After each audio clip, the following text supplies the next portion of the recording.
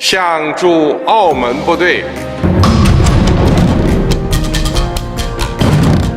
এশিয়ার পরাশক্তি চীনের সাথে বাংলাদেশের সম্পর্ক পার করেছে ৫০ বছর। দীর্ঘ এই সময়ে কোনো নির্দিষ্ট দল বা সরকারের হয়ে নয়, বরং দেশের মানুষের উন্নয়নে সবার সাথেই সমান পররাষ্ট্র নীতি বজায় রেখেছে চীন।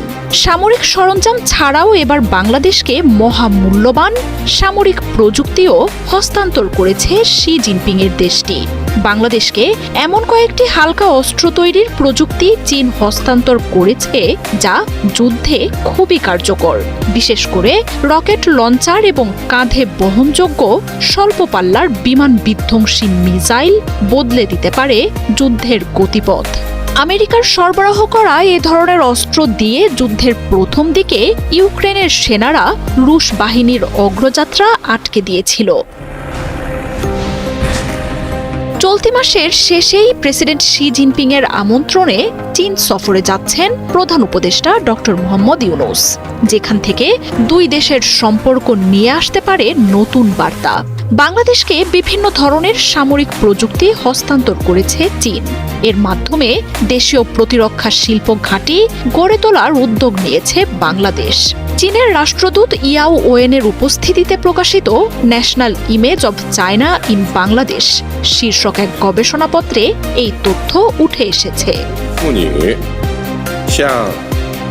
গবেষণাপত্রে বলা হয়, রাইফেল, রকেট লঞ্চার, ম্যানপেড, হালকা ইউটিলিটি যানবাহনের মতো ছোট ও মাঝারি আকারের অস্ত্রের জন্য বাংলাদেশ অর্ডিন্যান্স ফ্যাক্টরি এবং বাংলাদেশ মেশিন টুলস ফ্যাক্টরিকে প্রযুক্তি হস্তান্তর করেছে বেইজিং, যা একটি দেশীয় প্রতিরক্ষা শিল্প ঘাঁটি বা ডিফেন্স ইন্ডাস্ট্রিয়াল বেস গড়ে তোলার লক্ষ্য অর্জনে সহায়তা করবে।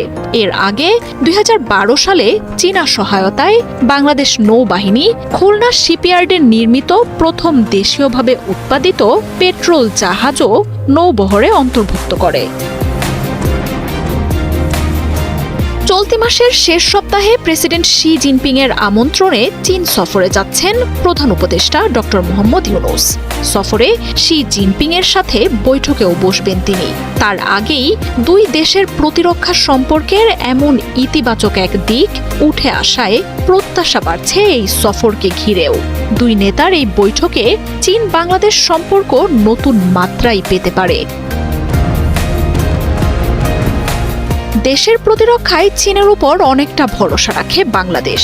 বাংলাদেশ চীনা অস্ত্রের অন্যতম বৃহত্তম ক্রেতাও। বেইজিং থেকে সামুদ্রিক টহল জাহাজ, করভেট, ট্যাঙ্ক, যুদ্ধ বিমান এবং ভূমি থেকে আকাশ এবং জাহাজ বিধ্বংসী ক্ষেপণাস্ত্রের মতো অস্ত্র এনেছে ঢাকা। চীন যেসব অস্ত্র বিক্রি করে সেটি দেশের অভ্যন্তরীণ রাজনৈতিক পরিবেশের সাথে কোনো শর্ত জুড়ে দেয় না, যা অন্য দেশগুলোর অস্ত্র বিক্রির অন্যতম প্রধান শর্ত থাকে। এছাড়াও বেইজিং অন্যান্য দেশের তুলনামূলক কম খরচে আধুনিক ও উচ্চ প্রযুক্তির এবং অত্যাধুনিক সামরিক সরঞ্জাম সরবরাহ করে।